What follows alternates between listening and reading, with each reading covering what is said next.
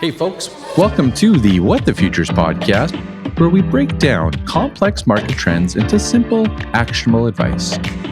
It's your quick guide to better farming decisions.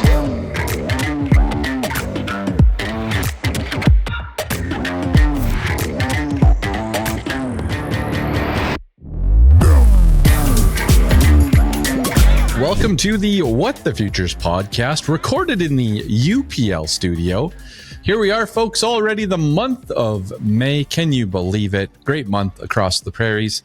This means that we are kicking off 8 weeks of giveaways with UPL starting this next week here.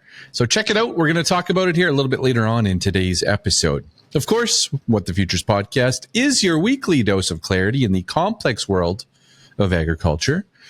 And I know today I'm going to cover some of the complexities, I think that's a word, around, grain buyers. I don't want to talk about it anymore, but we're going to talk about it today.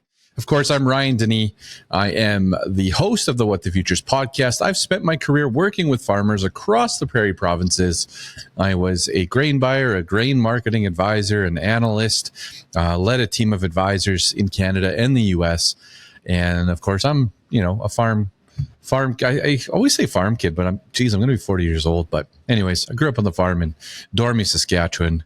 My dad and brother still actively put in a few acres there as well. So this week's episode number 25. Now, I'm excited. I'm excited for this show for a couple of reasons. Number one, we have a bit of a new setup here. It's so new that the camera has now switched spots. And I need to even focus on a new spot now to look. So this is episode 1 with this new setup. We've got a new shot of the studio as well, and some great guests here. I've got Holly Derksen with UPL joining me later on. We did have some technical difficulties, so hopefully, fingers crossed, we get it in here. If not, it'll just be me. And then I've got Chuck Penner, of course. He's been on multiple episodes. He's joining us for a bit of an update here. We haven't chatted in a while, so yeah, there's a little bit of length to that one. Lots of good topics here to cover with Chuck. But before all that, I'm going to have to take 5 minutes, maybe 10, hopefully 5. But I want to talk about how, as growers across the prairie provinces, you can protect yourself or attempt to protect yourself against this death spiral of buyers that are in, chaos, trouble. I don't know what to call it. I don't want to talk about it anymore, but I have to so that I can sleep at night. And of course, we'll get to our regular segments, including the popular mailbag segment, which just exploded in the last week. So thank you to everyone that asked a question. There's some great ones in there about fertilizer, wheat futures, contracts, some really good ones. So stay tuned for those. Of course, the popular mailbag segment brought to you by Pioneer Seeds. We also have a bag of seed to give away today. And of course, we'll wrap the episode up with a healthy serving of veggies, because of course it's the right thing to do. And that's when I give you a few pointers on some things I'm watching that you can also watch and execute on for your farm business. All right. Could be crop marketing. You've seen them. You've heard them. There's a bit of a variety out there. So, all right. So before we get too far down the episode, I do have a quick word from our sponsor, John Deere. Out here in Western Canada, we see a lot of different crop conditions. Fortunately, our friends at John Deere have a whole new lineup that can handle any crop in any condition. There's 3 new high horsepower 9RX tractors, a new high-tech S7 and X9 combine, and there's even a new C Series air cart. Check them out for yourself at johndeere.ca and see what's coming our way this year. I was actually chatting with the folks over at John Deere this week and getting a little pumped up for Ag in Motion. We're going to see a lot of this equipment for the first time here in Canada, and so that's exciting. So anyways, folks, let's get after it in this episode. Of course, we start each episode with our positive moments, and this is going to help just get my blood pressure down before it rises in my next segment. But my Memere, my grandmother, right? I'm French, so my Memere, she's 79 years old. Okay. And a couple of years ago, and I don't think it was last year, I think it was the year before, she went out and bought a garden tractor with a tiller. Okay. She lives in Waka, Saskatchewan, just north of Saskatoon. She's got a beautiful little plot of land there on 4th Street in her backyard, her garden, right? Her wonderful garden. And, they had a walk-behind tiller forever. My grandfather, my papa, passed away a number of years ago. And anyways, she decides that she's going to go buy a tractor to till her garden. And she's going to learn how to drive this thing at the age of like 77, 78, 79 now, right? And not just like, put it in the dirt and hit the pedal and go. Like, this is a gear tractor that she's driving. It's a little bit bigger, and it is fantastic to watch her till her garden. I'm sure she's going to till it, I don't know, probably a dozen times because she's having so much fun out there.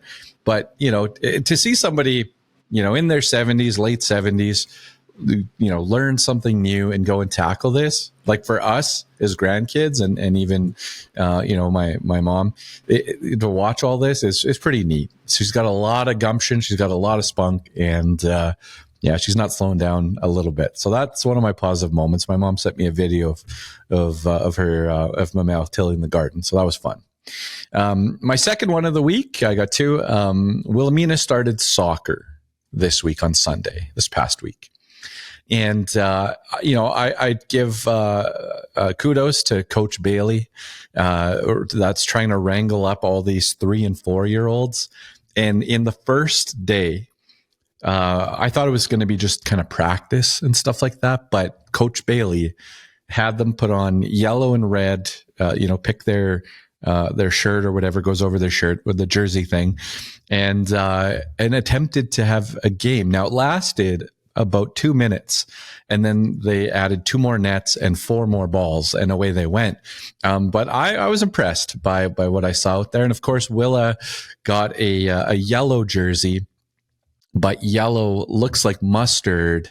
And in our family, only dad likes mustard. So she was quick to go and make a trade. She's already been traded to Team Ketchup, and she got the red one in about 10 seconds after the yellow one. So yeah, it was a lot of fun. Soccer was a lot of fun this last week. Yeah, all right. So that's what I've got for positive moments. Now, of course, we get to our hot topic next. And our hot topic should be probably talking about the CNCP rail strike that can start here on May 22nd, like 3 weeks from now. That's probably what I should talk about, but I don't know.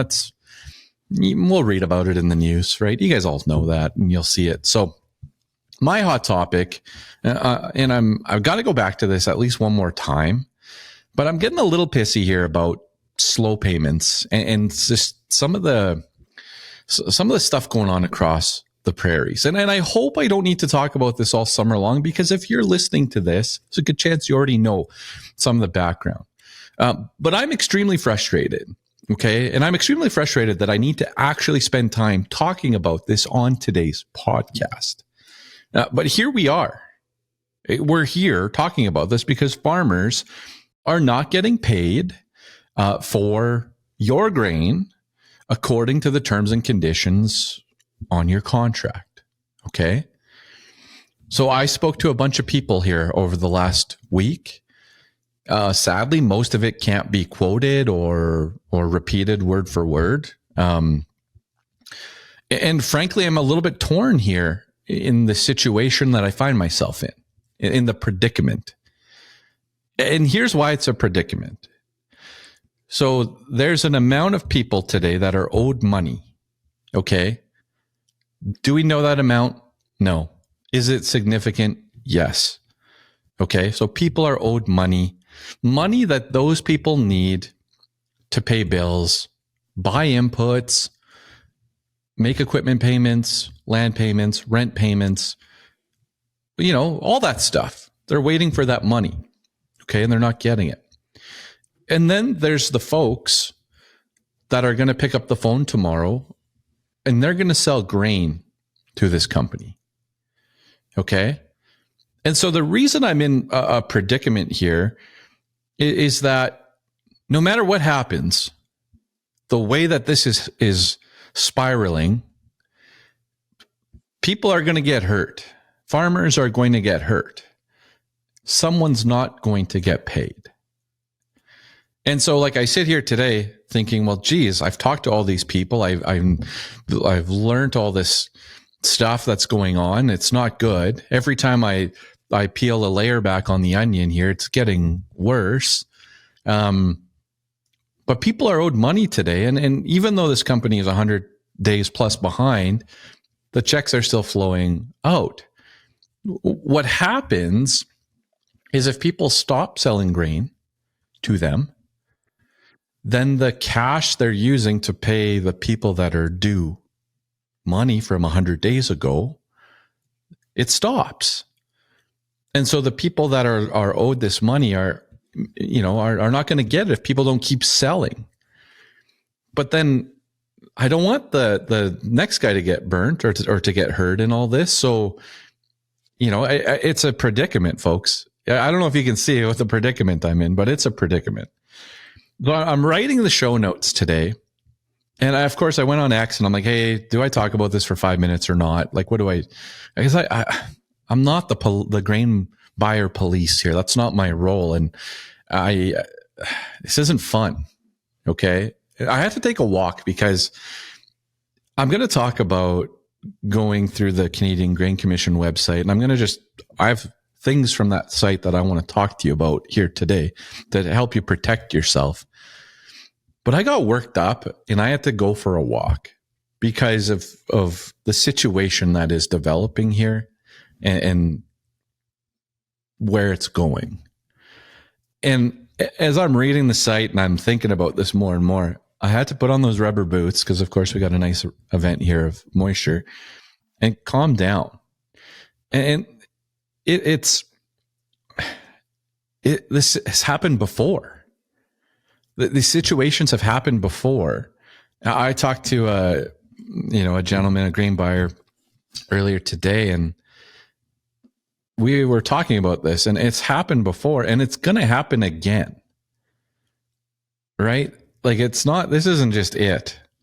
It's already happened, and it's going to happen again. And so if you've listened to the show, there's episodes where we've talked about this already. And what I want to say to you today is I can keep talking about the circumstances, the situations, what I know, and all that stuff. Like, I can go into great detail, but I'm not going to, because the key thing here is that I want you to communicate with your farming friends and your farming neighbors and the folks in your life that sell grain. And I want you to make them aware of what's happening. Protect them from entering into a situation and where they may not get paid. Okay?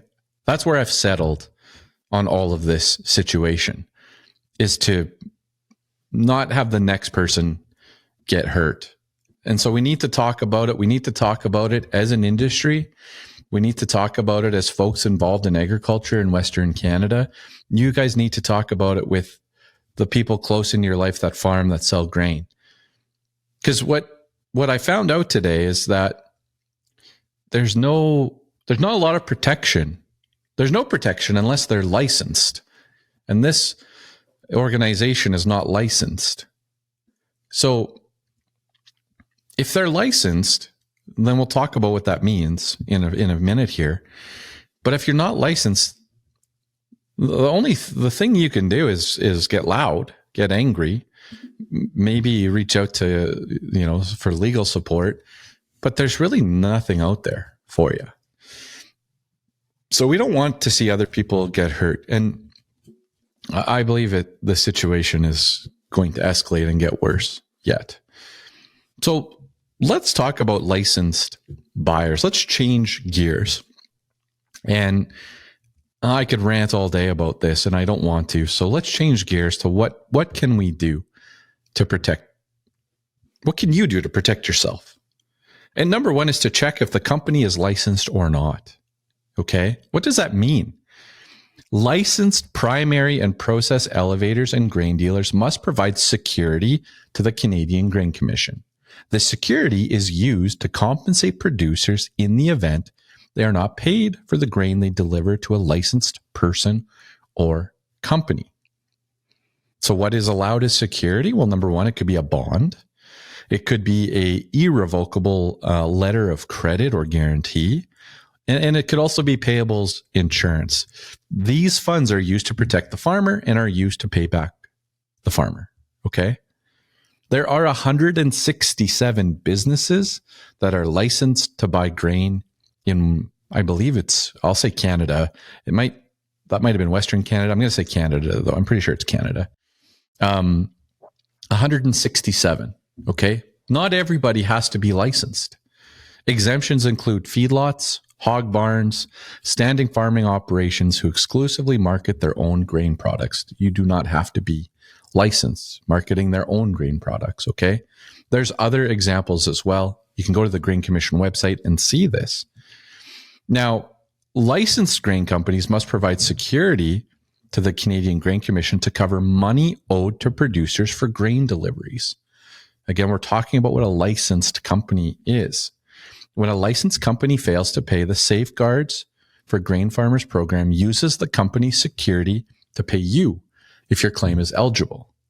Failure to pay could involve any of the following problems. The company asks you to delay cashing its check. The company refuses to give you a check. Sound familiar? Right? The company's check bounces. I have actually seen that happen to a grower where a check bounced as well. So those are the reasons that you can phone the Grain Commission and say, hey, these guys aren't paying me. I need to log a complaint or file a complaint. Okay. And if they're licensed, then there's funds there, there's security there to pay the growers. If they're not licensed, there's no security for you. And so you can see why this is important, right? Very important. Now, we can go to the Grain Commission website right now while recording. We can go and take a peek here at who is licensed. They're all listed. You can type them in and say, hey, I want to deal with this company. Are they licensed? It'll tell you. And you can even see like the new ones. It'll tell you, who's recently has been licensed. It'll give you that list as well. There's 17 pages. There's 167 entries on here. So like, I see like Agricorp processing out of Moose Jaw is on here. ADM out of Windsor, Ontario. That's their head office. They've got a whole list of elevators licensed on here, right? So you can go look them up. The other thing you can go and take a peek at is changes. So if where a license is no longer in effect, okay, this is as of April 19th. So there's a bit of a delay here. But there's one that stands out to me here is as of April 1st, Grain Millers Canada of Yorkton. They are no longer licensed as of April 1st. Again, I'm not going to go down this list as like a vendetta of who's licensed and who isn't.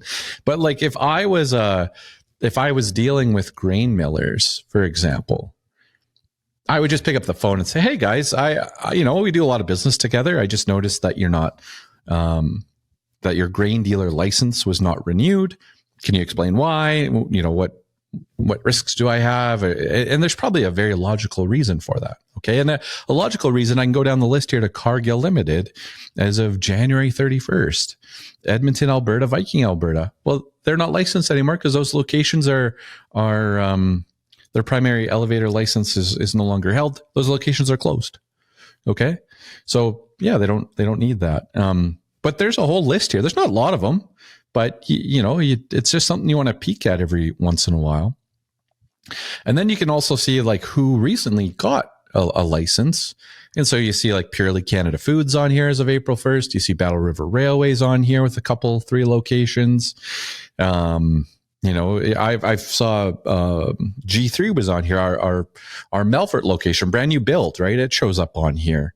So you can see who's got a license now as well. And of course, the company I've been talking about does not have one that pops up on this list because they're not licensed.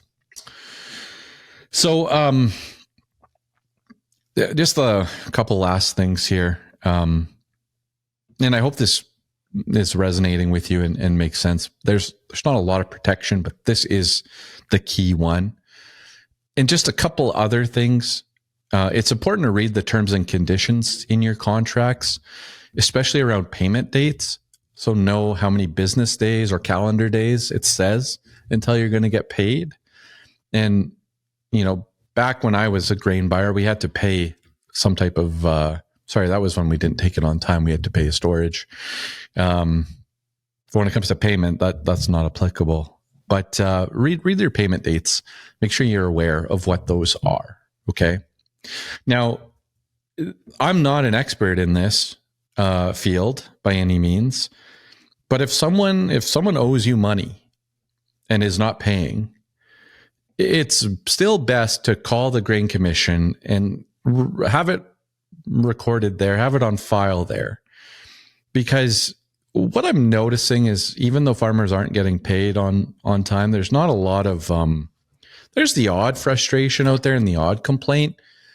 But I think I said this earlier, as a community, we do need to band together a little bit in these types of situations and, and report, record, highlight what's going on.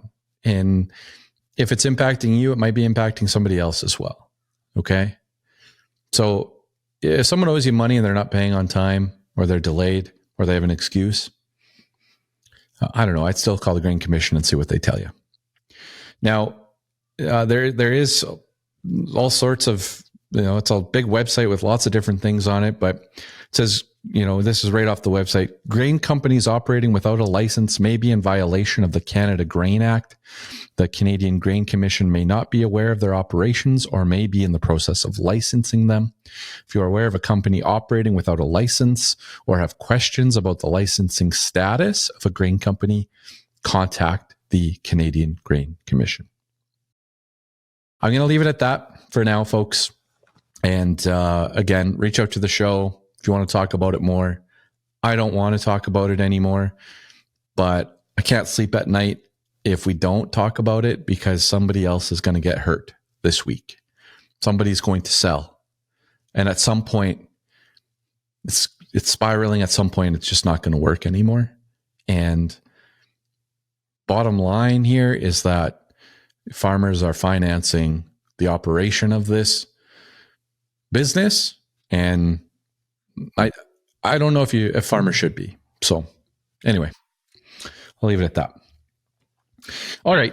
Hopefully next week's hot topic is about doing some fantastic grain marketing decisions or something like that. Okay. So I want to move over now to some positivity and some questions that came in on the in the mailbag, sponsored by Pioneer Seeds. There's still one bag of P516L to give away, and our winner today is Val. All right, I'm going to read Val's question first here, if I can pull it up quickly, because it actually had my head spinning a little bit, which is great because I had to phone a friend on this one.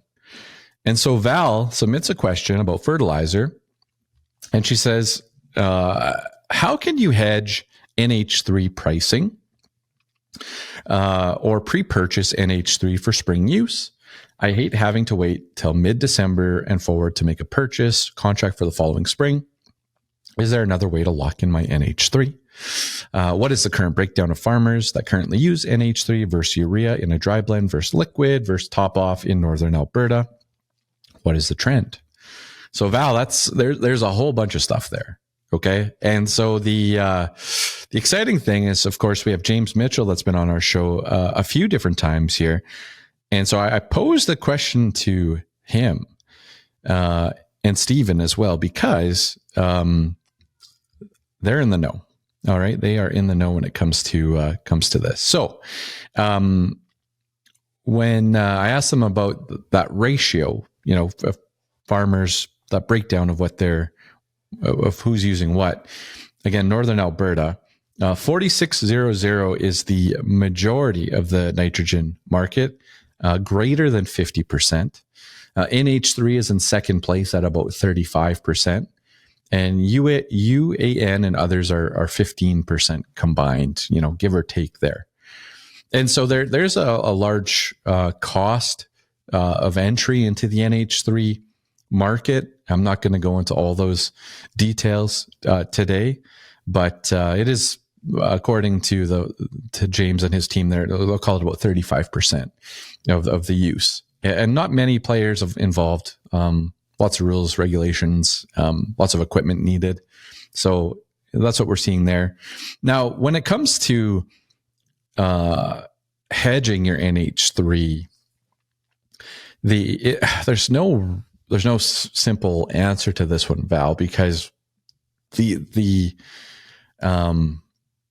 what came through with conversations with Steve and James was that one of the best ways to hedge yourself might be by urea in the summer fill programs, June, maybe July, and then sell that back at some point, and then use those funds, to buy your NH3. So you might buy your urea in June, hold it all the way to mid-December, sell it, and then buy your NH3 with that. And so the interesting thing is, I do think that's got a lot of play there. I think that's a very interesting one to monitor and to do a bit more research on. But there's no guarantees either in the way these commodity markets have been going. You buy that spring urea, is that going to be, you'd have to be bullish nitrogen, thinking nitrogen's going to climb. Otherwise, you just sit on your hands until December and buy when they offer it to you. But if you think that that's the scenario, that's kind of neat. The thing is, you got to find the buyer on the other end. But Val, if you want to email the show one more time with that question, I got a couple answers for you there too. So I think that was pretty neat. And I think there's something there to look at. So I appreciate Steve and James from Crop Management Network helping me with that one. And of course, Val, you are our winner of that P516L. So I'll be in contact with you in regards to that too. Now I got two questions came in about futures first contracts, and from Shawn and Alden. And so we've been chatting about wheat and futures first on wheat contracts because we're being, bullish basis here. And so it was a simple question: where can I do a futures first contract? Which grain companies can I do this with? And the list is short. Okay, you ready? Viterra, Cargill, Providence Grain, which doesn't have that many locations, and now G3 is in the mix. So there's a lot of others that will let you do a basis contract, but not lock in futures only or futures first or whatever you want to call it. That is the list. Now there's some big players in there. G3, Viterra, Cargill, those are big players. But if you want to lock in futures, leave your basis open for a basis appreciation, there's not a lot of options out there for you. So that is the answer to that one. I talked to a few individuals. I reached out to a few companies. I thought the list was bigger than that. It used to be, but that is the current list now. If you know any different, please reach out to the show and let me know. All right. And then my final question came in from Kyle. All right. So what are the downsides of act of God provisions, not including the extra cost? What are the things to be cautious about? When you think of an act of God contract, you think, well, there's not a lot to worry about. There's not a lot of concern, right? There's an act of God clause on it. But I did reach out to a few advisors and a few folks, and what came back, and in my own thoughts, what came back here as well, the first thing that popped up in my mind was this discount schedule. So you may have an act of God clause, but yet you produced something different, a different spec than what you signed, better or worse, right?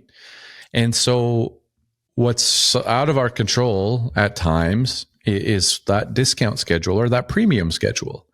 So your green peas are high bleached, but you produce them. You have the bushels. You're required to deliver, but company A, B, and C all have different discount schedules. And unfortunately, the one that you're partnered with has the worst discount schedule for your high bleached green peas. Now, what I would do is negotiate. Everything's a negotiation, but that's one of the things, right? So you've committed it, you do have it, and you have to deliver on that discount schedule. The other thing is that even though it says act of God on your contract, you still need to clarify the definition around that, because it can be different with different companies. So you may be sitting here thinking, well, this grasshopper infestation is an act of God, and in the contract, it's not. I probably have some different examples to come up with here if I think for a minute, but it might just be act of God, but it clearly is against, hail, drought, and maybe that's it. Or maybe there's a couple things, but not all encompassing. So that's my watch out with act of God contracts. I have an act of God contract right now on my new crop green peas, right, for the farm. I've been very aggressive on green peas and green lentils. So, we will certainly take a look at that when the fall rolls around. But anyways, we've done lots of business with this company, and we have an understanding of what we've signed. So, but yeah, that was a great question, Kyle. I hadn't thought about that for a while. So thanks for submitting that. And so, folks, if you want to participate in the mailbag segment, all you have to do is email ryan@whatthefuturespodcast.ca or go to the website, send me in a question. I actually have a few more, but I'm going to save them for next week's episode. Okay. I'm going to save them here for down the road. Just keep firing them in. I know you're going to be busy planting crops here, or you already are busy planting crops. Send them in, and I'll do my best here to get them answered. And I thought that was a great variety of questions after a very quiet month. And again, congrats to Val for winning that bag of P516L. All right, folks. So we're going to keep the winning going here. We're going to set up the next giveaway. I'm going to have Holly here join me from UPL. And I'm super excited. Let's get into it with Holly and what they've got going on there. I have Holly Derksen with UPL joining me this week on the podcast. Of course, at the start, I talked about how UPL was joining the show to give away a whole bunch of exciting prizes here for the month of May and the month of June. We're lucky to have Holly with us today. Holly, how's your week going? Oh, it's pretty good. Everyone's getting some much needed moisture, so I think we're pretty happy. Yeah, we did get some snow here outside of Edmonton, which I'll take 100%. Yeah. You can see the grass like popping out now from underneath the snow, and it's nice and green. So exactly. Pretty exciting. Yeah, I like it. Yeah, way better than it was. Yeah, 100%. So we'll take more. I know people are going to get antsy here, but we'll take a little more when it wants to come. It's just May 1st. We don't need to get antsy yet. Yeah, exactly. Exactly. Okay, so tell us a little bit about what you do over at UPL and a little bit of your background as well. Sure. So I am a TSS, which is, technical service specialist, fancy word for agronomist. So we do the agronomy trials for the team. So training the sales staff on new products, but also working on the research side of things and looking at the products a couple of years out before, they hit the market, so that we're able to get a good deal for them. So, I live in Manitoba, and I've worked for EPL for 5.5 years about. Nice. Awesome. Okay. So I don't know anything about agronomy. Honestly, if I gave agronomy advice, like run to the hills, because I have no idea. I'm a grain marketing guy. So is there anything here in 2024 we're recording at the beginning of May? Is there anything out there that kind of stands out? Are weeds growing? Are they not growing? Is there anything kind of strange happening? I don't think anything unexpected has happened yet at this point, but yeah, there was, given them with the conditions prior to this week, there's definitely been opportunities to be out and doing some early scouting, and obviously some crop has already gone into the ground. So doing that early scouting out there, there's definitely the annuals starting to emerge. So we've seen kochia, we've seen wild buckwheat, those weeds are already out there. So in those situations, if they're ahead of the crop, that's when it becomes really important to making sure you're staying on top of your weed control. Okay, fair enough. So this week we're giving away some Batalium. What can you tell us about Batalium? So Batalium is brand new for 2024. So if you haven't heard of it, that is why. But it is our all-in-one product for weed control in wheat. So looking at your broadleaf and your grass product, all built into one product. So there's no need to mix in anything extra. It's nice one SKU to deal with when you're looking at your weed control in wheat. So it's a resistance management tool as well. So for something like kochia, like I mentioned earlier, obviously we know there's more herbicide resistance showing up with kochia every year. So there is 2 modes of action in this product that will have activity on kochia, which is super important. So yeah, 4 active ingredients, 3 modes of action for your all-in-one control in wheat. Okay. And so you said kochia, and I even know what kochia is. So it's got to be a big deal out there because I even know what it is. So, all right, cool. Okay, folks. So Holly, thank you so much for joining us. What you need to do, those tuning into the podcast, it's nice and easy. We're giving away 40 acres of Batalium. Okay, we're going to do this for the next couple of weeks.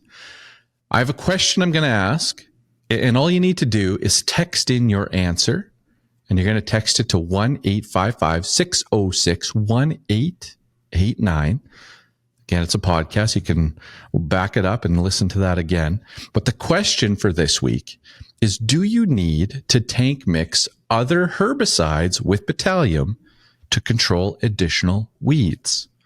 Again, you're going to text your answer to 1-855-606-1889.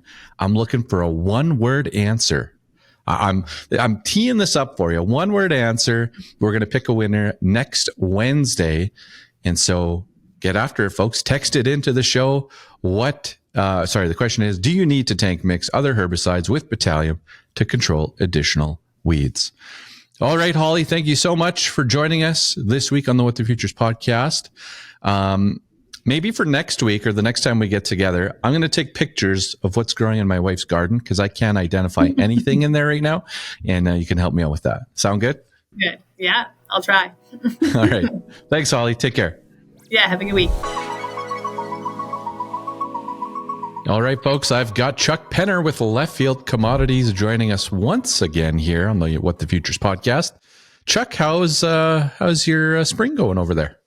Well, not too badly. You guys are starting to scratch around on the fields. You get a little bit of showers here and there. Nobody's complaining about that. So if it was June 1st, that'd be a whole different story. But May 1st, they're still pretty happy to get the moisture. Yeah. We are as well. We got snow here, so we'll take it. But I don't want to add salt in the wound at all. But are you a Jets fan by any chance? No, I'm a Habs fan. Sorry, that's even worse, isn't it? They didn't even make the playoffs. But you didn't have the heartbrreak from last night, so we can move on. Yeah. I kind of whatever. I got partway through the game and then I went to bed. I thought, never mind. So I got some good rest. Got some good sleep. Yeah, good. That's good. Good thing you did that. I know we haven't chatted in quite some time, so we have an extensive list here today. So appreciate you taking some time for us. But, the last time we had you on the show, we chatted about India, a little bit there, a few different things around India. But what's the latest with maybe the pea market and when you look at India and maybe other countries? Yeah, sure. It is. India is once again, for those who have been asleep for the last month or two, India has become the market again for peas. And so in early December, they dropped, they had a 50% import tariff on peas, and they actually limited volumes to 0. So there weren't any anyway, no matter what the tariffs were. But so they dropped their tariff to 0 for yellow peas, not greens, but yellows. Okay. And so that started a flow of peas into India. So we've been moving some pretty sizable volumes in December, January, February. And I think we'll see the data in March. I think there will be some decent volumes. And so India has become that again. By the end of February, we had moved 700,000 tons of peas to India. So that's real money. And so that's why we've seen some of the gains in bids and things like that. The problem is that zero tariff it was originally set for the end of February, I think, and then it got bumped to March, and then it got bumped to June. And so now the big question is are they going to keep extending that tariff, pushing that tariff, kicking it down the road, that zero tariff? And because then very soon it'll start to affect new crop peas as well too. So we've had gains in old crop yellow pea bids. And so, for over 14 is no longer all that rare. And so we've seen those kind of prices. New crop bids are edging higher, but are still in the 11 to 11.50 kind of a range. And so we haven't seen that full impact yet because exporters aren't quite sure whether that's going to happen or not. So the things that we watch in that market then are what's going on with their pea prices in India and also their prices for desi chickpeas, because those two are connected, are substitutable. And so that is probably the biggest clue about whether they will keep allowing imports to come in. And so far, that's looking positive. The desi chickpea prices are the highest they've been in, quite a few months. And yellow peas are, when they allowed imports, the prices went like that. And then they're starting to tick higher now. So that's a fairly positive signal. So, you never know for sure, but I would probably place the odds at about 70-30 that they will keep allowing imports in. It's not just Canadian peas though. Russian peas have been showing up there, and Ukrainian peas and peas from Turkey, and which are really Russian peas that went through Turkey, but whatever. So that's been really, really positive. So that's a good part. That's the good news part on the pea market. I don't know if you want to hear the bad news or not. Always. I got to hear them both. Yeah.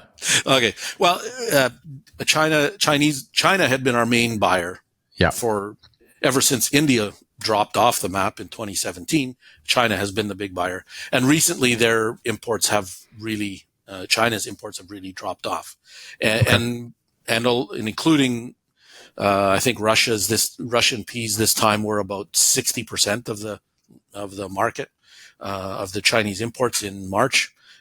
So we're kind of losing out on some of that market. Some of that might just be seasonal, and China will pick up again later in the fall. We'll see. But right now, India has kind of, just like China saved our hide when India left the market. Now India's, it's flipped around, and India is now, is really helping us when Chinese demand is dropping off. So, the net effect is, I think we still see some pretty good markets, but yeah. So I was going to ask you the odds, and you gave them to us, 70%, 70-30, you'd place it at for India extending that program. If China ever wanted to buy Canadian peas as well, that would lead to a pretty exciting fall for us, wouldn't it? From a price perspective. Yeah, if you had both those countries running at the same time, for sure. And I'm not saying that China won't be back. And we don't know that. But there is always these Russian peas that are going to put a cap on the market. So it wouldn't be a runaway kind of a rally. But it would be it could be a pretty strong one. And the Russian pea crop, they're forecasting at about 4.6 to 4.8 million tons, whereas ours is maybe 3.5. So they are the big boys on producing anyway. They consume a lot domestically, but they're a real concern, and they're not going to go away either. Is that number higher than last year? That 4.6 to 4.8, is it kind of steady? It's about the same, but it is like last year was a record, so this would be another record. In the Russian crop, there's that area down south that we've been talking about in the last few weeks about it being very hot and dry. So there's some peas grown there, so they could be suffering. But then there's also peas that are grown up in Siberia, north of Kazakhstan, and there it's too wet, and so their planting window might be pushed too late for planting peas. So I think some of the early estimates were over 5 million tons. Now we're scaling them back already. Yeah. Okay.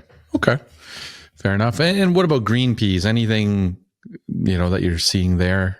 I know India is not really in the market there, but anything you're seeing? Yeah. The green pea market is more. I mean, China is a big buyer of those, but not as dominant as they are in yellow peas.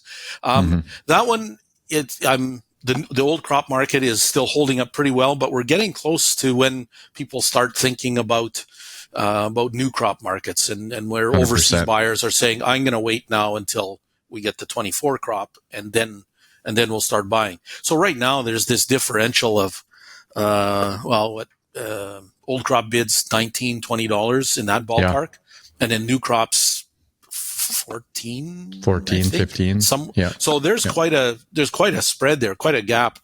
So if you got anything left in the old crop, I don't know that I can't see any reason to hang on to it, frankly. Don't be that guy. That gets talked about in the coffee shop. Yeah, for sure. You can see it coming. It's there. Yeah. And I think we'll see more green pea acres here in Western Canada this fall, and they grow green peas in other parts of the world too. So sure. So I'm a little surprised actually that the new crop market has held up as well as it has. That they haven't got enough coverage and started to drop their bids. So, it's been nice to be able to take advantage of that and take advantage of of how long those bids have been out there. But that's another thing is growers are planting these pulses now. Start locking in some of that margin as well, because there's no guarantees that it's going to stick. So, switching gears now to lentils. Green lentil values seem to be kind of fading or pulling back here. What are you seeing in the lentil market? Yeah, it's a similar picture to green peas, is where the old crop bids are way above the new crop prices, and we are starting to see a little bit of, I don't know, you call it erratic or behavior in bids. So some buyers, they might bump up their bid a couple of cents because they still have a sale to fill. Others drop their bids a couple of cents. And so you're seeing more action in that. And that kind of tells me that we're getting close to them filling all of their old crop sales. And again, when you have large green lentils at 80 cents, old crops, and a new crop at, what are they? Mid 50s now? Yeah, something like I'm trying to remember now, top of my head. Yeah, and so you have this big gap, and so again, if you're sitting on any, you might be able to squeeze a penny or two out of the market, but boy, that downside risk is a lot bigger than what the upside potential is. And so and again, we're expecting big increases in green lentil acres here in Canada and in the U.S. and probably Kazakhstan. And Russia will try to do that too, depending on their planting season and all of that kind of stuff. So there's going to be people trying to grow a lot more green lentils. So again, I'm just like green peas. I'm surprised that new crop green lentil prices have held up as well as they have. Like, I don't know, are farmers just not selling, or maybe the acres aren't out there that we think are out there? There could be a couple of different reasons, but I think there's still, even for the new crop, there's some considerable downside potential. Yeah, I'd say there's still a lack of selling in a lot of areas. Obviously, a dry winter as well, but I've been a big supporter of selling the green crops. I was calling them green peas, green lentils with Act of God. Not a lot of risk there, but I still think it has been slow from what I can tell. So we'll see. That makes sense. Yeah. We have a StatsCan report coming out next. Is it next week, you said? Yeah, next Tuesday, I believe. And it's one that people usually don't care much about, which, whatever. That's, you don't want to read too much into these, but it's their March 31st stocks report. Okay. So it's, it's based on No, I'm trying to remember now if this one is even another one of these where they kind of generate numbers without farmer responses. I'm not it's sure. getting confusing which is which now. Yeah. Yeah. But in any case, like, we look at, they'll look at commercial stocks and I think they have some indications of on-farm stocks and things like that. And it's interesting because when I look at this year, there's some crops that will be looking at some pretty heavy supplies, going into in March, as of March 31st. And then there's some that'll be very, very tight. And there's not a lot that are middle ground. Canola might be one that's middle ground, but there's some, I would say, barley, still sitting on some big supplies. Maybe even oats would be there as well too. Surprisingly, we've been, I don't know. I have been. I'm not going to speak for anyone else. I've been wrong on oats for probably most of this year, and freely admit that. And then there's other ones like peas and like lentils, where we're going to be very, very tight by the time we get, at this report. And then that also means by July 31st, we'll be very tight as well too. So there's some crops, there's really not much cushion at all. And in others, it's kind of, we're pretty comfortable right now.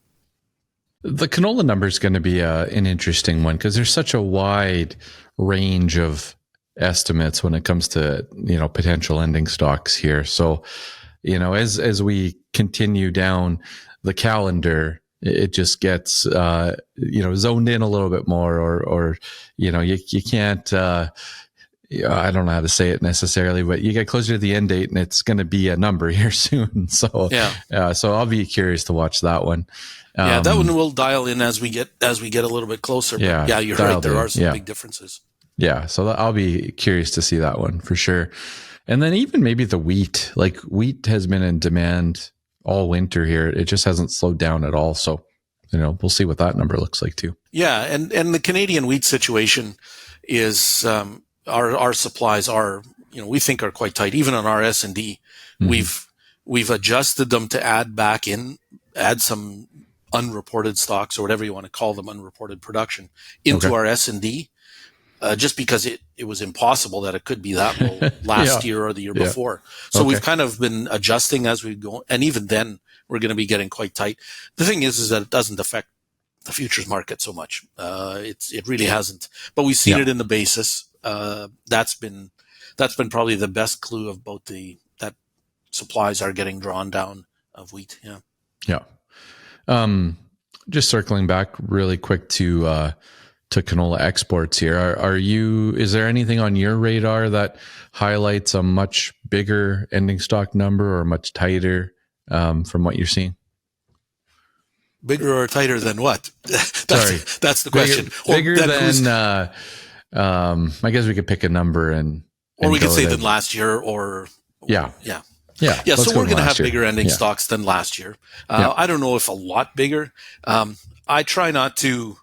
actually try not to read other people's analysis of the market, because I want to come to my own conclusions and not, follow what other people are saying or things like that. But it's pretty hard when you're talking to people and they say, well, this company says that ending stocks are going to be like just ginormous. And then somebody else says, no, they're going to be, very, very low, under 2 million tons and so on. It's kind of,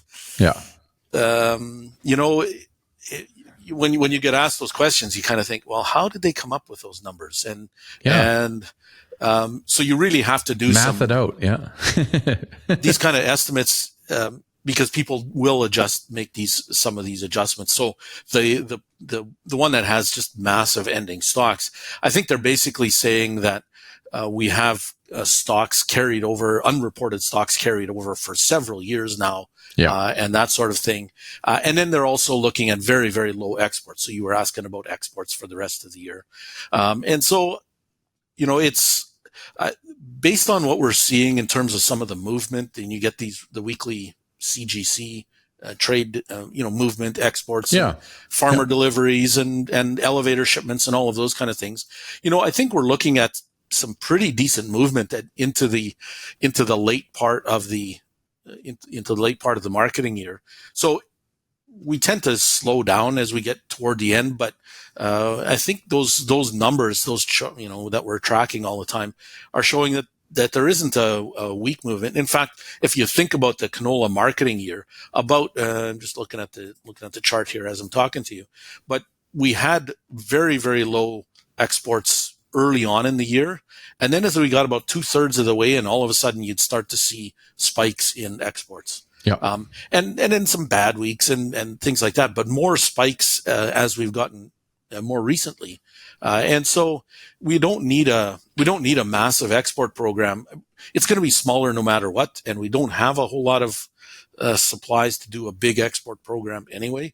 And so, yeah, even if we do just kind of an average from here on out, we're going to end up with a little bigger ending stocks than last year, but not these massive numbers. You know, the number that's sometimes thrown out there of a carry out of, I don't know what the numbers are, 6 or 7 million tons, stuff like that. Yeah. You know, if that was really the case, we'd probably have canola, $400 a ton. Not what are we now? $650. Future 6 1/4. Yeah. Or unchanged, something like that.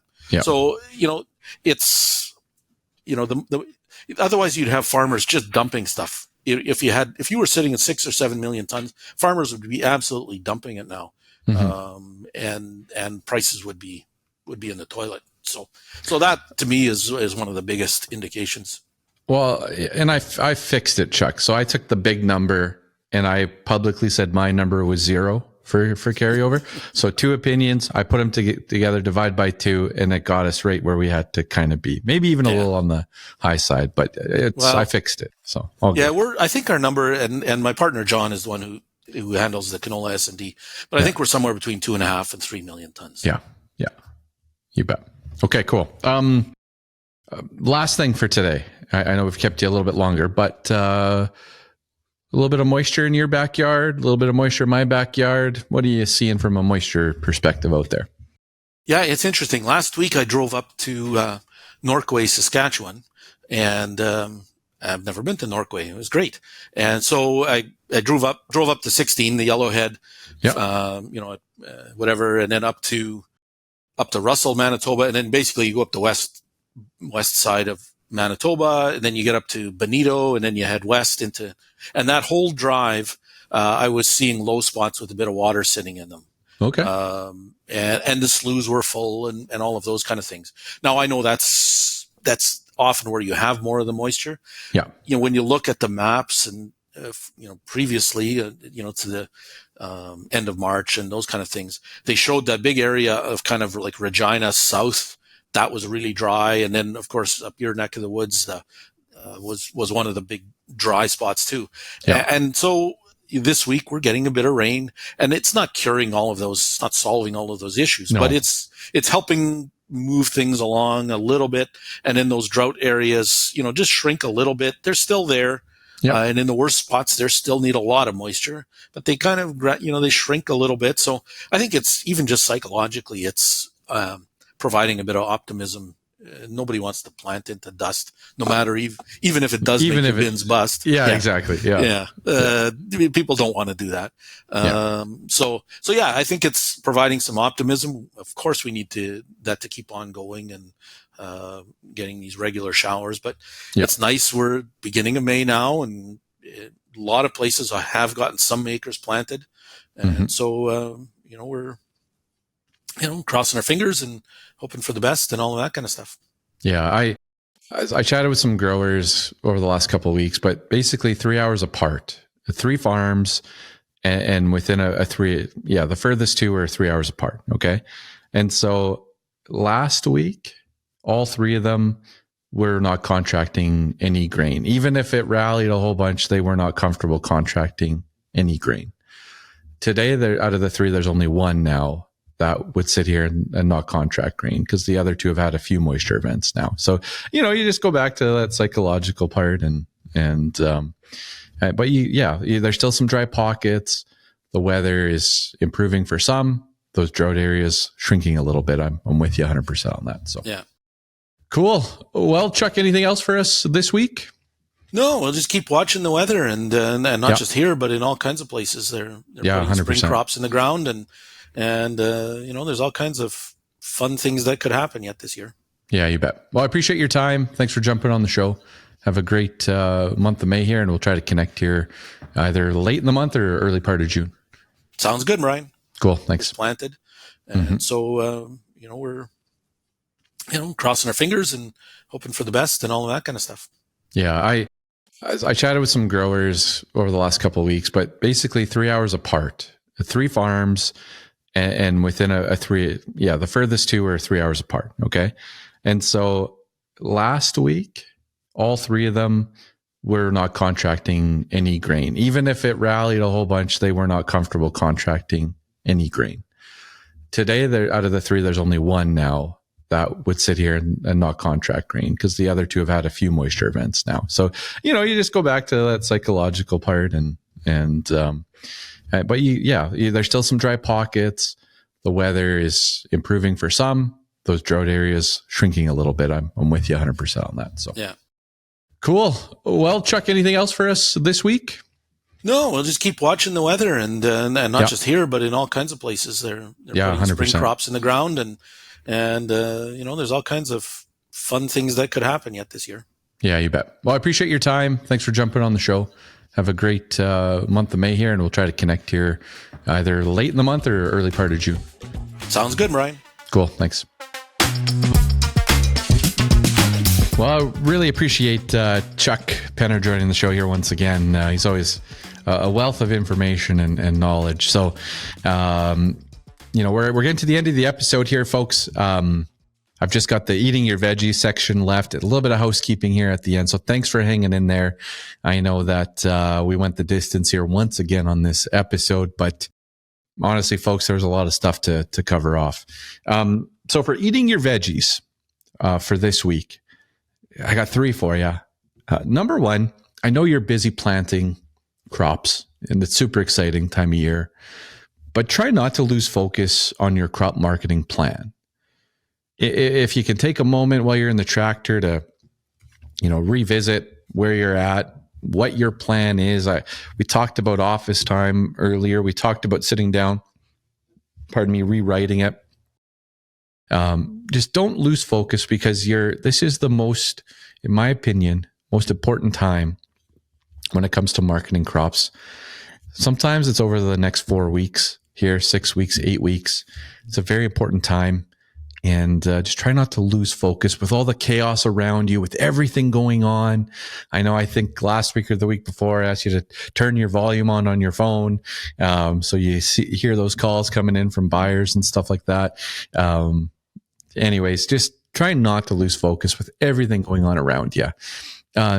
Number 2, it's the first week of May. And so reach out to your grain buyers about your outstanding targets and the expiry dates on those targets. So just all you have to do is reach out to them and say, hey, or log into your portal and review what you have outstanding, because what can happen during this time of year is markets rally sharp and aggressive for a very short period of time. And sometimes those targets trigger that you weren't expecting. And I actually talked to a grower the other day. He had put in 2 fresh targets on new crop wheat. And then he got a message the next day and said, hey, do you want to renew this target? And he's like, what are you talking about? We just put that in. And he's like, can you send me the list? And it was a target that was put in a couple months ago and just forgotten about. He already had he was going to double up the sale. Is what was going to happen. Would have that have been a good thing or a bad thing? We'll know in 6 months, right? It's crop marketing. You'll see in the next little while. But anyways, he took action and tidied that up, and it just caused a light bulb to go off to check with a few other companies and see what was outstanding. So make sure you do that. Check those targets, see what's outstanding.